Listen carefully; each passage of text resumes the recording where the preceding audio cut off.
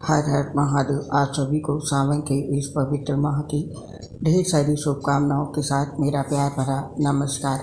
आज इस पोस्ट में जानेंगे सावन के दूसरे सोमवार पर किए जाने वाले कुछ बहुत ही विशेष उपाय। सावन का दूसरा सोमवार बहुत ही विशेष है क्योंकि इस बार भी कई शुभ योग नक्षत्रों का संयोग बन रहा है। सावन का दूसरा सोमवार 29 जुलाई को होगा। इस दिन नौमी तिथि प्रश्न पत्र की 5:56 तक ही रहेगी। उसके बाद से दसवीं तिथि रात के अंत तक रहेगी। ग्रह नक्षत्रों के संयोग से इस दिन वृद्धि, चर और सुस्थिर नाम के 3 शुभ योग बनेंगे। इन शुभ योगों में की गई पूजा का फल कई गुना होकर मिलता है। साथ ही इन योगों में किए जाने वाले विशेष उपाय भी भोलेनाथ की कृपा से शुभ फल देते हैं। तो आइए दूसराचार जिसे जानते हैं सावन के दूसरे सोमवार पर कौन कौन से शुभ उपाय करने चाहिए। सावन का पहला उपाय धन समृद्धि के लिए है। अगर आप अपने धन धान्य के साधनों में बढ़ोतरी करना चाहते हैं तो इसके लिए इस दिन आपको स्नान आदि के बाद साफ कपड़े पहनकर शिव मंदिर जाना चाहिए और भगवान की विधि पूर्वक पूजा करनी चाहिए। इसके लिए सबसे पहले शिवलिंग पर जलाभिषेक करें, फिर रोली चावल का तिलक लगाएं। इसके बाद शक्कर से भगवान का मुंह मीठा करें और साथ ही फलों का भोग लगाएं और फिर धूप दीप आदि से भगवान की पूजा करें और आखिर में हाथ जोड़कर प्रणाम करें। ऐसा करने से आपके धन धान्य के साधनों में बढ़ोतरी होगी। और इस दिन का दूसरा उपाय प्रॉपर्टी संबंधित समस्या को सॉल्व करने के लिए है। अगर आप अपनी किसी प्रॉपर्टी की खरीद बिक्री को लेकर कुछ समय से परेशान हैं, आपको कोई अच्छा ग्राहक नहीं मिल पा रहा है, तो इस दिन आपको स्नान आदि के बाद शिव मंदिर जाना चाहिए और भगवान शिव को प्रणाम करना चाहिए। साथ ही शिवलिंग पर गंगा जल मिला हुआ शुद्ध जल अर्पित करना चाहिए। ऐसा करने से प्रॉपर्टी की खरीद बिक्री से संबंधित आपकी परेशानी का हल जल्द ही निकलेगा। और अगला उपाय है खूब सारी खुशियों के लिए। अगर आप अपने जीवन में खुशियों का अंबार लगाना चाहते हैं, अपने जीवन को खुशहाल देखना चाहते हैं, तो इस दिन आपको शिव मंदिर में जाकर भगवान शंकर की विशेष रूप से पूजा करनी चाहिए और उन्हें हरे मूंग चढ़ाने चाहिए।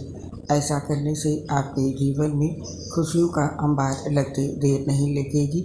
तो अपने जीवन को खुशहाल बनाने के लिए इस दिन भगवान शिव को हरे मूंग जरूर अर्पित करें। और इस दिन का अगला उपाय है शादी से संबंधित उलझनों के लिए है।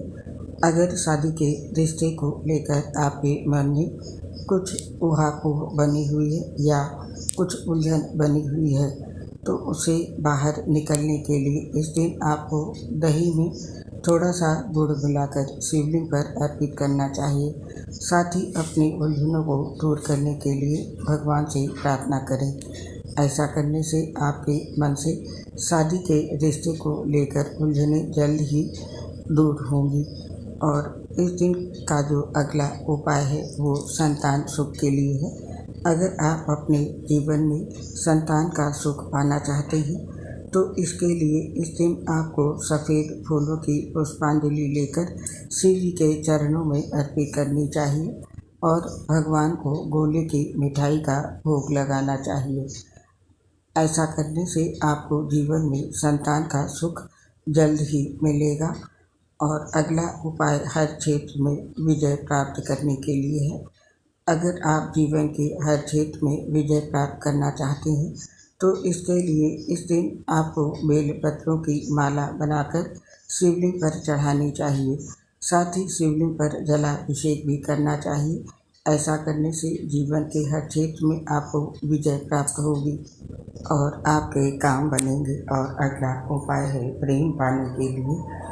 अगर आप अपने जीवन को प्रेम रस से भर देना चाहते हैं, अपने आप को प्रेम के रंग में सराबोर कर देना चाहते हैं, तो इस दिन आपको शिवलिंग पर गन्ने के रस की धारा डालनी चाहिए।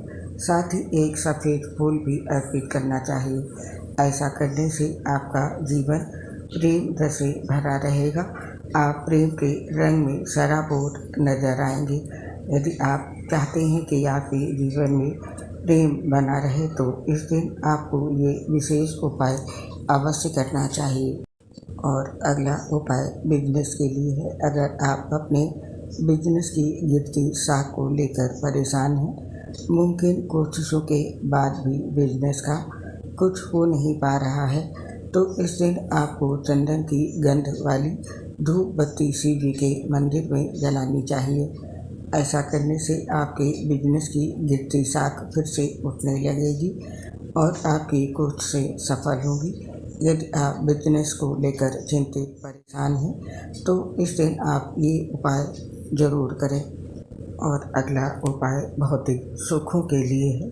अगर आप अपने भौतिक सुखों में बढ़ोतरी करना चाहते हैं तो इसके लिए इस दिन भगवान शिव को चंदन का तिलक लगाएं, साथ ही शहद का भोग भी लगाएं। ऐसा करने से आपके भौतिक सुखों में बढ़ोतरी होगी और आपको हर तरह के सुख साधनों की प्राप्ति होगी। जीवन में भौतिक सुखों के लिए इस दिन आपको ये उपाय अवश्य करना चाहिए। और अगला उपाय है लंबी आयु और अच्छे स्वास्थ्य के लिए। अगर आप लंबी आयु की प्राप्ति चाहते हैं और अपने स्वास्थ्य को अच्छा बनाए रखना चाहते हैं तो इस दिन आपको एक सूखा नारियल लेकर भगवान शंकर को अर्पित करना चाहिए। साथ ही शिव चालीसा का पाठ करना चाहिए। ऐसा करने से आपको लंबी आयु की प्राप्ति होगी और आपका स्वास्थ्य भी अच्छा बना रहेगा। अच्छे स्वास्थ्य लंबी उम्र के लिए ज़रूर करें ये विशेष उपाय। और अगला उपाय है तरक्की के लिए। अगर आप तरक्की की नई बुलंदियों को छूना चाहते हैं, अपनी एक अलग पहचान बनाना चाहते हैं, तो इस दिन आपको अपने हाथों से पंचामृत तैयार करना चाहिए।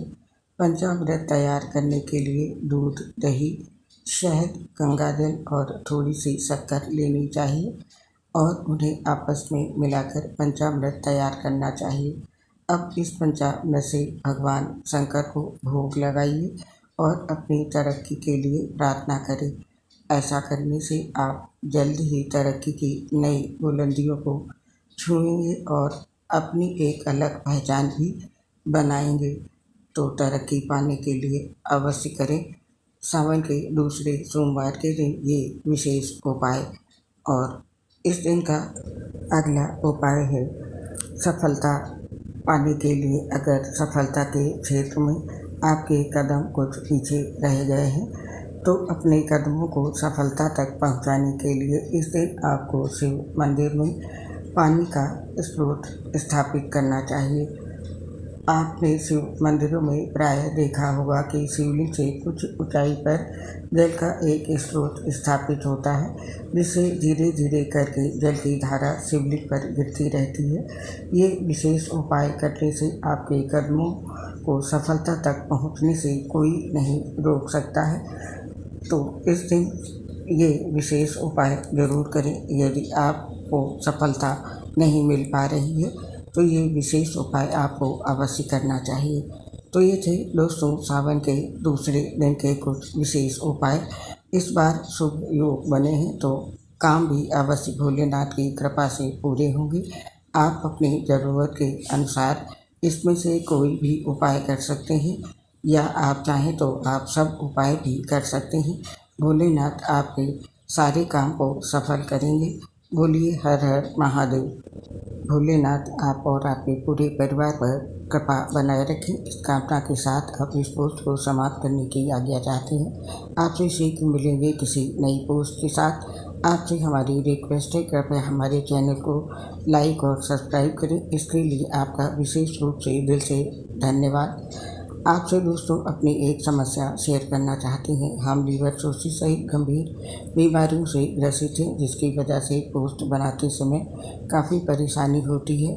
सांस फूलने की वजह से आवाज़ भी सही से नहीं आ पाती है। इसके लिए साथियों हमें क्षमा कर दें और अपना सहयोग हमारे साथ बनाए रखें। उम्मीद करती हूँ हमारी समस्या को समझते हुए आप सभी साथी हमारा साथ अवश्य देंगे। इसके लिए आप सभी का दिल से बहुत बहुत धन्यवाद। हर हर महादेव। जय श्री राधे कृष्ण। राधे राधे।